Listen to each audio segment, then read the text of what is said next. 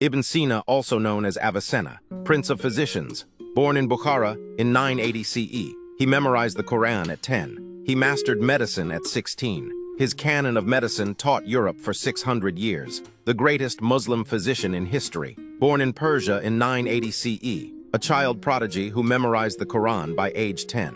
By 16, he was treating patients, including the ruling king.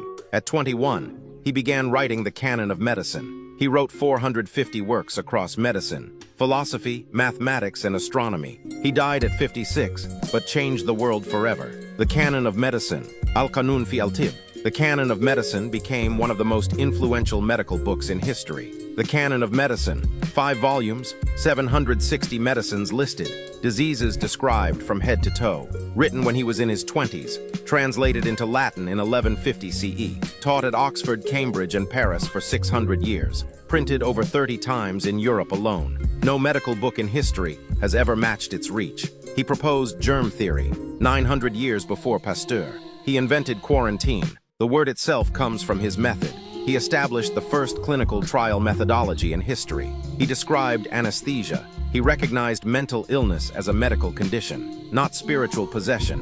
He identified that tuberculosis was contagious through air. Modern medicine stands on his shoulders. His philosophy. He was not just a doctor. He was the greatest philosopher of the medieval world. His floating man thought experiment. Imagine a man with no sensory input. He would still know he exists. He wrote this 600 years before Descartes said, "I think, therefore I am." His Book of Healing, 18 volumes covering logic, science, and metaphysics, is one of the greatest intellectual works ever written. His life. He never had peace. He fled Sultan Mahmud of Ghazni for years. He was imprisoned twice. He served as court physician and vizier to multiple rulers. He wrote some of his greatest works while in prison or on the run. His last act before dying was freeing his slaves and giving his property to the poor. He never stopped working, not once. Islam and science.